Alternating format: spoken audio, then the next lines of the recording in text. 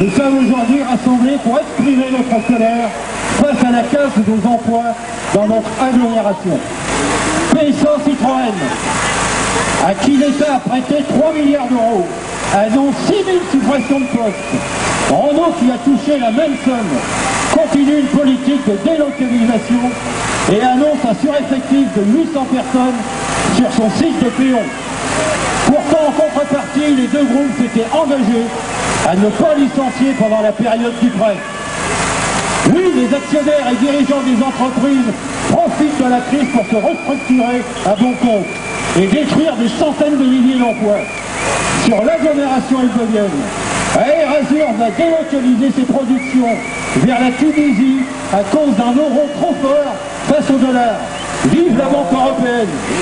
NPC, lâché par Autolise, malgré la promesse faite devant le tribunal de commerce de leur donner un niveau d'activité suffisant pour maintenir les 140 emplois encore existants, va fermer.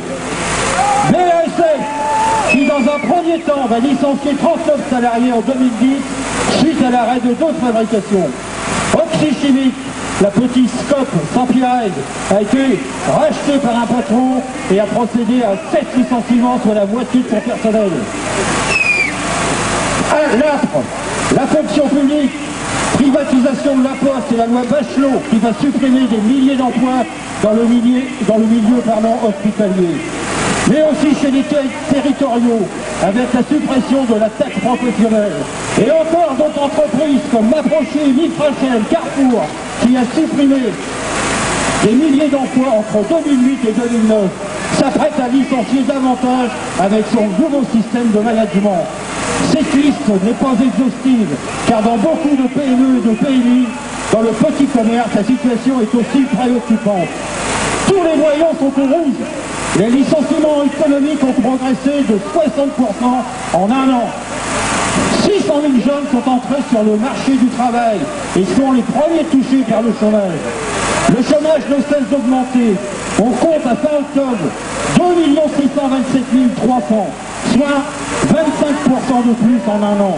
Et encore, quand on donne ce chiffre, ce ne sont que la catégorie A, alors qu'il y a 5 catégories, et il n'y a que la catégorie A qui est prise en compte dans le calcul du chômage.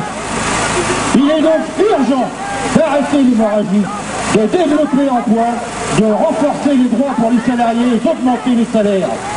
Les salariés victimes de ces suppressions massives d'emplois doivent se considérer en état de légitime défense et doivent s'approprier tous les moyens pour sauver leur emploi.